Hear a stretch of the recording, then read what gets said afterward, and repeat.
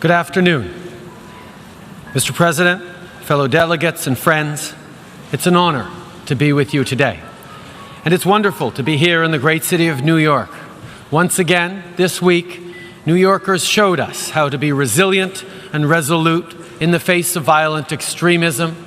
On behalf of everybody in this room, let me say directly to the people of New York, you are a model to the world, and we thank you. It is the responsibility of a leader to spend time with the people they were elected to serve. If you want the real stories, you have to go where people live.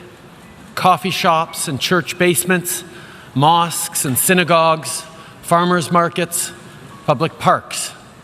It was in places like that that I got the best sense of what Canadians were thinking and how they were doing.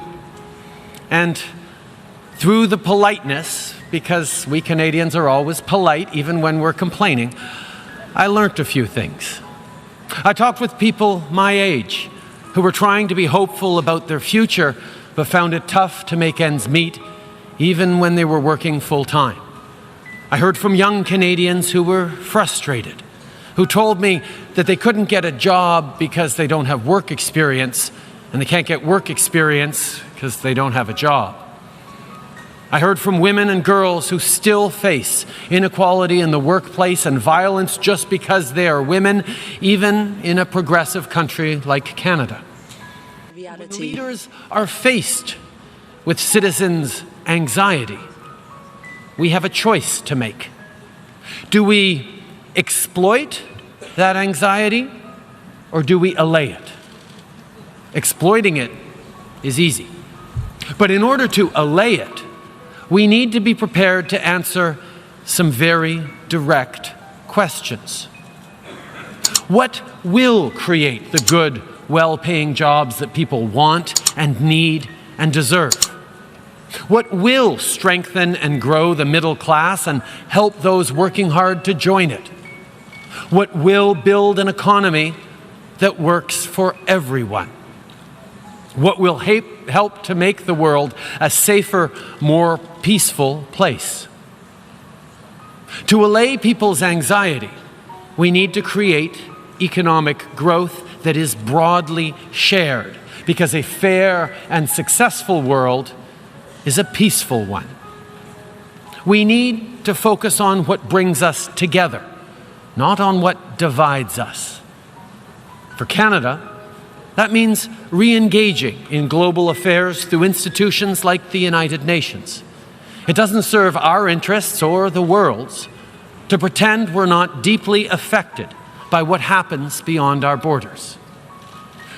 Because we believe we should confront anxiety with a clear plan to deal with its root causes. And we believe we should bring people together around shared purposes like the UN Sustainable Development Goals. Because what is the alternative? To exploit anxiety? To turn it into fear and blame?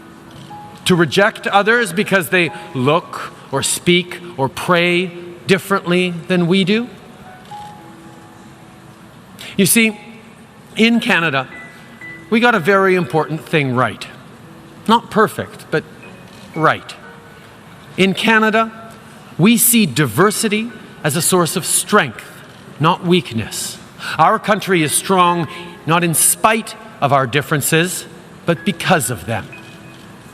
And make no mistake, we've had many failures, from the internment of Ukrainian, Japanese, and Italian Canadians during the World Wars, to our turning away of boats of Jewish and Punjabi refugees, to the shamefully continuing marginalization of Indigenous peoples.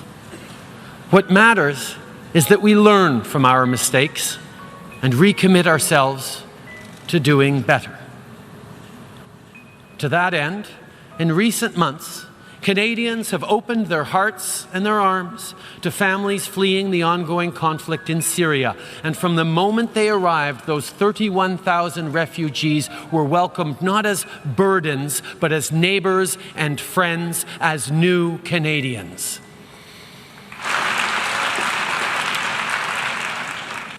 But while our people have felt anxiety, Syrians faced catastrophe.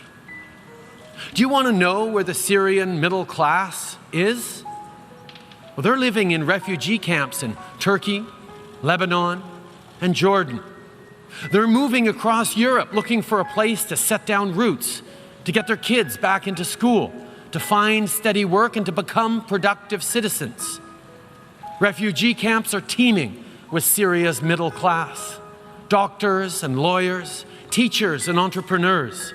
They're well educated, they work hard, they care about their families, they want a better life, a safer and more secure future for their kids, as we all do. So when I say that I hope that Syrian refugees that we welcomed will be soon able to join our middle class, I'm confident that we can make that happen, and we'll do it by offering them the same things we offer to all our citizens: a real and fair chance at success for everyone. In the end, my friends, there is a choice to be made. Strong, diverse, resilient countries like Canada didn't happen by accident, and they won't continue without effort. Every single day, we need to choose hope over fear, diversity over division. Fear has never created a single job or fed a single family. And those who exploit it will never solve the problems that have created such anxiety. Our citizens, the nearly 7.5 billion people we collectively serve, are better than the cynics and pessimists think they are. People want their problems solved, not exploited.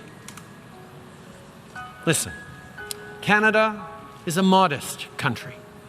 We know we can't solve these problems alone. We know we need to do this all together. We know it will be hard work.